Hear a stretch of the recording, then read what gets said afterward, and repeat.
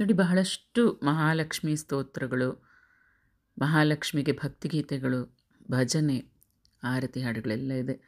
ಇದನ್ನೆಲ್ಲ ಒಂದು ಕಡೆ ಸಂಗ್ರಹ ಮಾಡಿಟ್ಕೊಂಡ್ರೆ ನಾವು ಮಹಾಲಕ್ಷ್ಮಿ ವ್ರತ ಬಂತಲ್ಲ ಇನ್ನೇನು, ಅಲ್ಲಿ ದೇವಿಗೆ ಪೂಜೆ ಮಾಡಲಿಕ್ಕೆ, ಆರತಿ ಮಾಡಲಿಕ್ಕೆ ಬಹಳ ಅನುಕೂಲವಾಗುತ್ತೆ.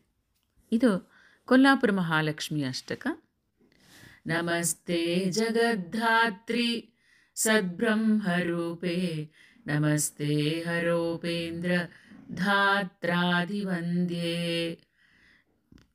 ನಮಸ್ತೆ ಪ್ರಪನ್ನೇಷ್ಟ ದಾನೈಕದಕ್ಷೇ, ನಮಸ್ತೆ ಮಹಾಲಕ್ಷ್ಮಿ ಕೋಲಾಪುರೇಶಿ.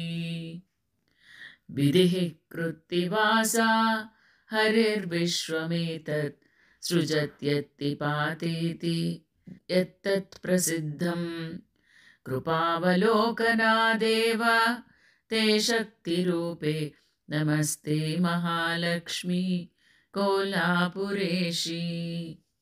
ತ್ವಯಾ ಮಾಯಯಾ ವ್ಯಾಪ್ತಮೇತತ್ ಸಮಸ್ತಂ, ಧೃತಂ ಲೀಯತೆ ದೇವಿ ಕುಕ್ಷೌ ಹಿ ವಿಶ್ವಂ, ಸ್ಥಿತಾಂ ಬುದ್ಧಿರೂಪೇಣ ಸರ್ವತ್ರ ಜಂತೌ, ನಮಸ್ತೆ ಮಹಾಲಕ್ಷ್ಮಿ ಕೋಲಾಪುರೇಶಿ. ಯಯಾ ಭಕ್ತವರ್ಗಾ ಹಿ ಲಕ್ಷ್ಯಂ ತಯೇತೆ, ತ್ವಯಾತ್ರ ಪ್ರಕಾಮಂ ಕೃಪಾಪೂರ್ಣದೃಷ್ಟ್ಯಾ, ಅತೋ ಗೀಯಸೆ ದೇವಿ ಲಕ್ಷ್ಮೀರಿತಿ ತ್ವಂ, ನಮಸ್ತೆ ಮಹಾಲಕ್ಷ್ಮಿ ಕೊಲ್ಲಾಪುರೇಶಿ.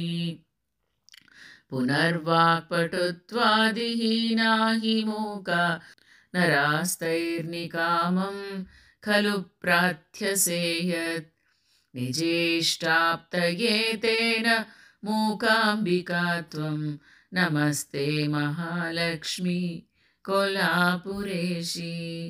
ಯದದ್ವೈತರೂಪಾತ್ ಪರಬ್ರಹ್ಮಣಸ್ತ್ವಂ, ಸಮುತ್ಥಾ ಪುನರ್ವಿಶ್ವಲೀಲೋದ್ಯಮಸ್ಥಾ, ತದಾಹುರ್ಜನಾಸ್ತ್ವಾಂ ಚ ಗೌರೀ ಕುಮಾರಿ, ನಮಸ್ತೆ ಮಹಾಲಕ್ಷ್ಮಿ ಕೋಲ್ಹಾಪುರೇಶಿ.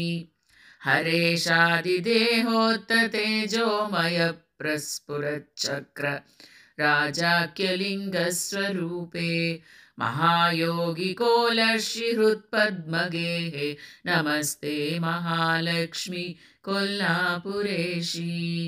ನಮಃ ಶಂಖಚಕ್ರಾಭಯಾಭೀಷ್ಟಹಸ್ತೆ, ನಮಸ್ತೆ ಅಂಬಿಕೆ ಗೌರಿ ಪದ್ಮಾಸನಸ್ತೆ, ನಮಃ ಸ್ವರ್ಣವರ್ಣೇ ಪ್ರಸನ್ನೇ ಶರಣ್ಯೇ, ನಮಸ್ತೆ ಮಹಾಲಕ್ಷ್ಮಿ ಕೋಲ್ಹಾಪುರೇಶಿ.